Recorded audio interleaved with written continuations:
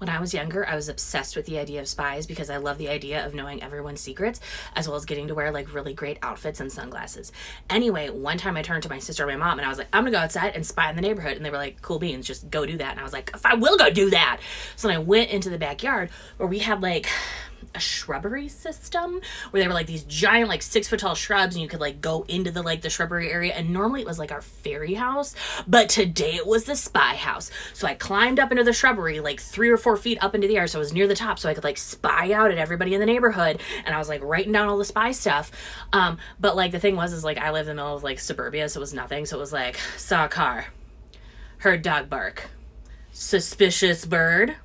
And so I did that for a couple seconds. I was like, I hate this, I'm leaving. So I like turned around and like went to jump out of the shrub thing. Well, young Veronica, much like adult Veronica, loves wearing leggings, and I didn't realize the waistband of my leggings had gotten wrapped up in the branch. And so when I went to jump down, suddenly I had a searing pain in my butt, and I wasn't touching the ground. I was just like floating and scrambling, and it was chaos and whatever. And then finally I hit the ground, and that was when I realized that like my leggings had like ripped in two.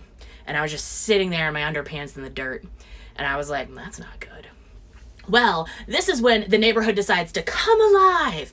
And there's people everywhere, and they're like walking dogs and doing family stuff, and like cars are like stopping along the way and being like, oh, Brent, is that like a new thing? And then Brent, who's his face, is like, yeah, it's a new thing. So it was a packed neighborhood, and I was like, oh my gosh, I'm just here in my underpants. This is really embarrassing. I don't want to deal with this. So I had to wait until like things would quiet down, and then I didn't think anybody was looking. And so then I ran as fast as I could to go into my home, and I like ran up to the porch door, turned the handle, and went thunk right into it because my sister had locked the door. Why? We don't know. I panic. I run back to the shrubbery. What I don't know is my sister is just sitting there on the couch like, what was that? And my mom comes along and she was like, did you hear that? And my sister was like, no, I didn't. What sound was that? So 4 or 5 times I am trying to like get back inside this house, and the door is still locked, and my sister is very aware of what's happening, and I'm realizing my sister knows what's happening, and she's not opening the door because it's a glass door. So like we're making eye contact as I'm in my underpants like trying to fight my way through, and she's just like